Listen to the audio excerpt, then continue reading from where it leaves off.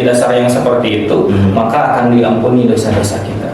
Kan kalau kita evaluasi, wah begitu banyak dosa yang sudah kita lakukan gitu. Tidak terhitung. Ya. Baik yang disengaja atau tidak disengaja itu ya, maka bisa menghapus dosa. Maka begitu adilnya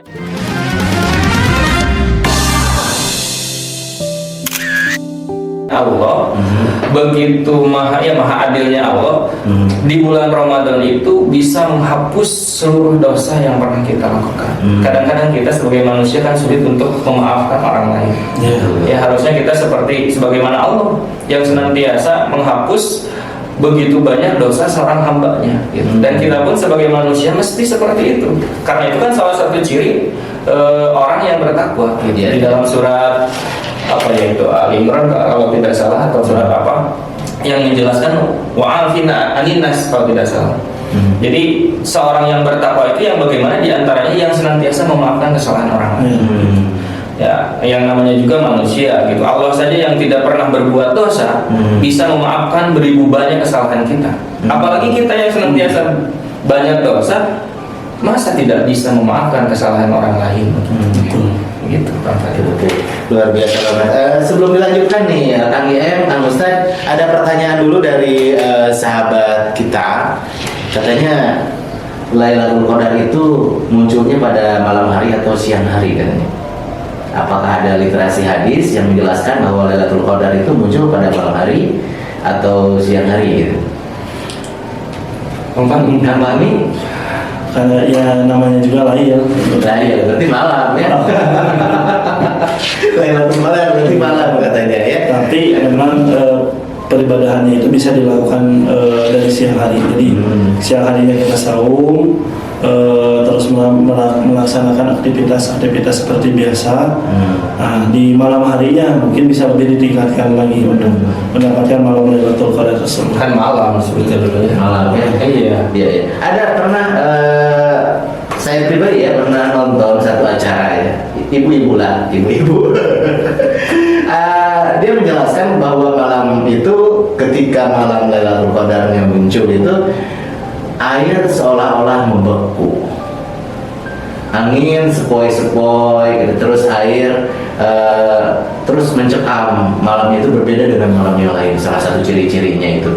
Terus ya tetesan air itu seolah-olah membeku karena datangnya malam Lailatul Qadar. Apakah itu ada literasi hadisnya?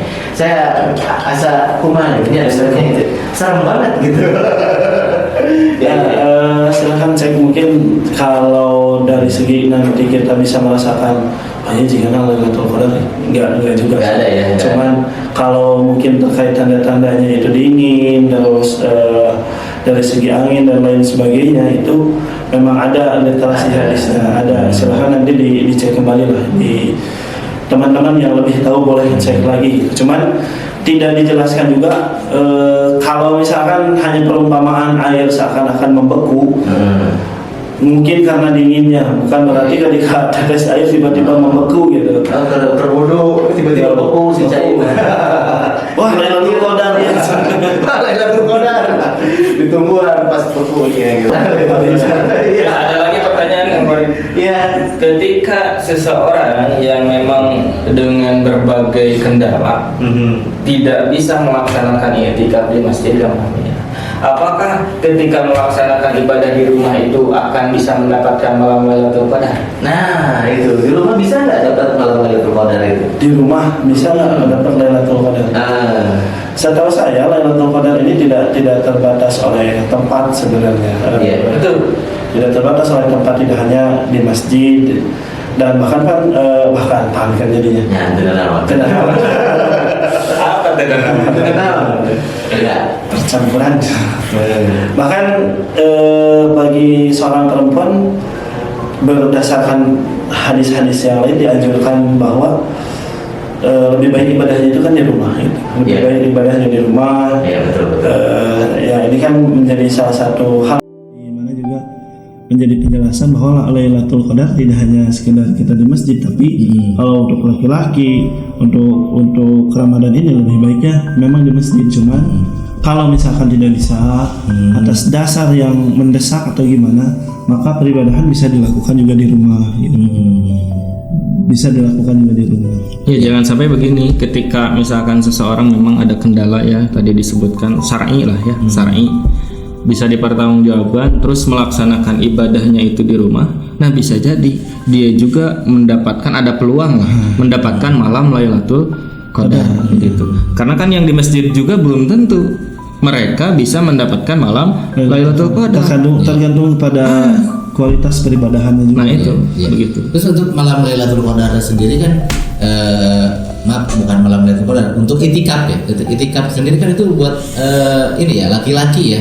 Kalau di masjid, itikaf di masjid, atau untuk ahwat juga sebenarnya bisa itikaf di untuk masjid. itikaf itu bagi laki-laki bisa, bagi perempuan juga bisa. Oh, di masjid juga Di sama. masjid juga sama. Cuman mungkin yang menjadi salah satu hal yang mesti kita tahu tentang itikaf ini tadi ya, bukan lagi itikaf itu bukan jadi ajang apa ya buat keren-kerenan, enggak.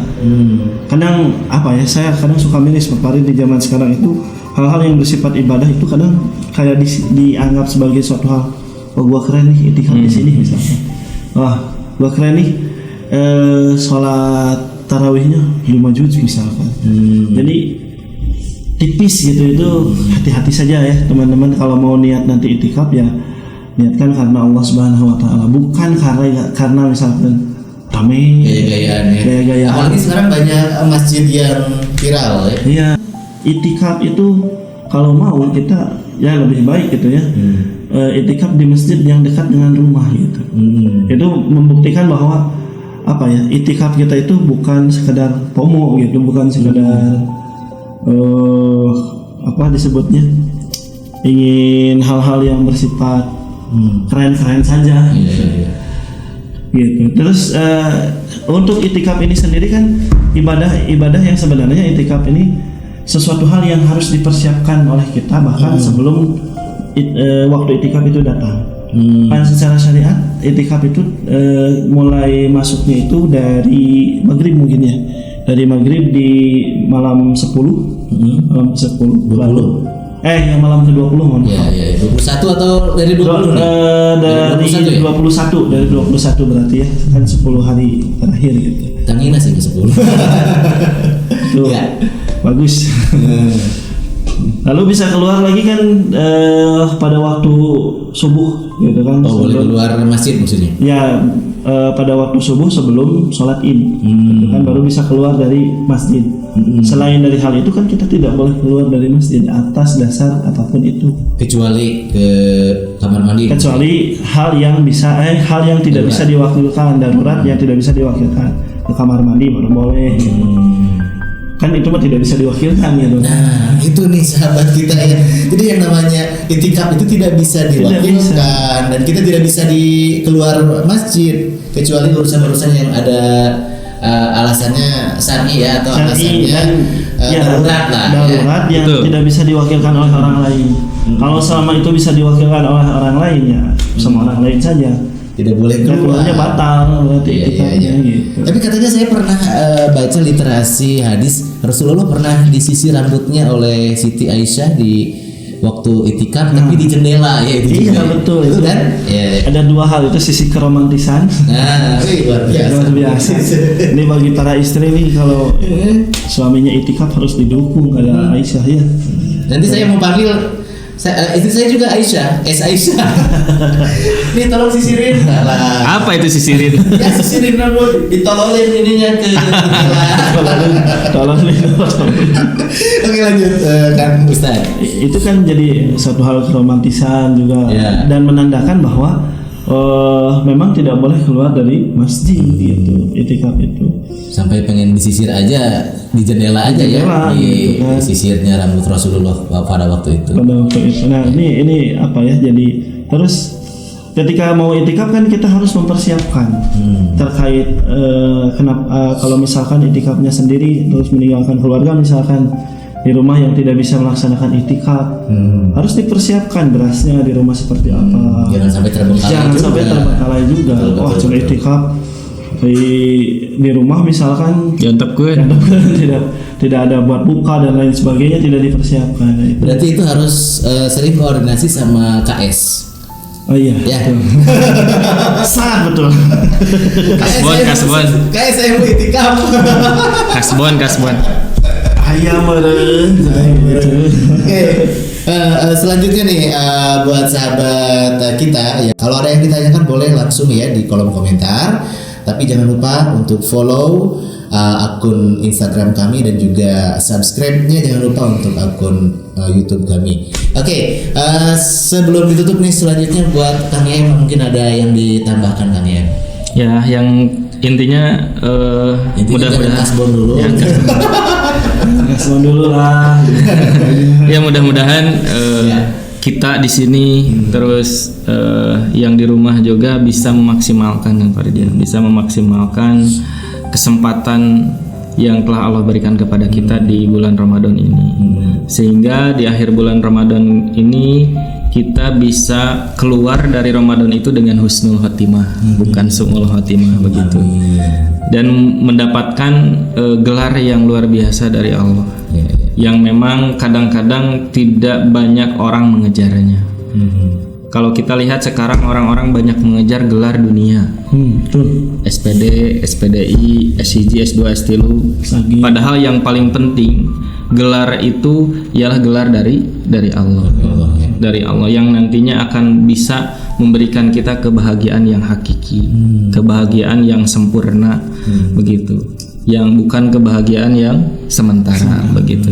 Yakni gelar takwa dari Allah Subhanahu wa taala. Mudah-mudahan sekali lagi kita semua bisa mendapatkan gelar itu di akhir Ramadan nanti, gitu. Seperti itu mungkin Kang Farid.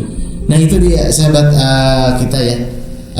Karena kita juga nemenin sahabat kita itu cuma 20 hari aja ya. Jadi kita ada beberapa di akhir-akhir ini mungkin ya. Sekarang udah menuju ke akhir. Nanti Akhir hayat. 20 hari. Gak apa-apa di bulan Ramadan. Untuk 10 hari ke depan mungkin ya. Sahabat kita itu tidak bisa, bukan tidak bisa sih. Untuk acaranya mungkin tidak di subuh hari atau jam 4 pagi seperti ini. Mungkin ada acara-acara lain yang pasti stay tune aja terus di Al-Mumin Medianya ya, dengan acara-acara yang lainnya. Kalau untuk acara podcast kita khusus spesial Ramadan cuma 20 hari aja, karena 10 hari ke depan kita juga mempersiapkan yang tadi yang sudah dijelaskan sama Ustadz Fahmi sama Kang YM, penjelasan tentang keistimewaan di bulan Ramadan di 10 hari terakhir. Kita juga mau menempuh hal itu mungkin ya. Nah untuk pamungkas nih Kang Ustadz, untuk edisinya malam 1000 bulan. Nah, pamungkasnya nih, silakan. Malam Lailatul Qadar ini memang malam yang penuh dengan keberkahan, maka butuh orang-orang yang berkualitas untuk menjemput malam tersebut. Mudah-mudahan kita orang-orang yang termasuk berkualitas tersebut, dan mudah-mudahan setelah itu kita akan menjadi lebih baik lagi untuk mencapai derajat takwa. Seperti itu. Oke. Mudah-mudahan kita semuanya mendapatkan malam Lailatul Qadar yang sungguh diistimewakan oleh semua umat muslim. Malam 1000 bulan yang tentu saja malam yang paling indah apabila kita menemukan malam tersebut. Oke sahabat kita, mungkin untuk edisinya hari ini kita ketemu lagi di lain kesempatan. Mudah-mudahan sahabat Al-Mumin semuanya sehat walafiat senantiasa diridhoi Allah Subhanahu wa taala. Amin. Amin. Wassalamualaikum warahmatullahi wabarakatuh. Waalaikumsalam.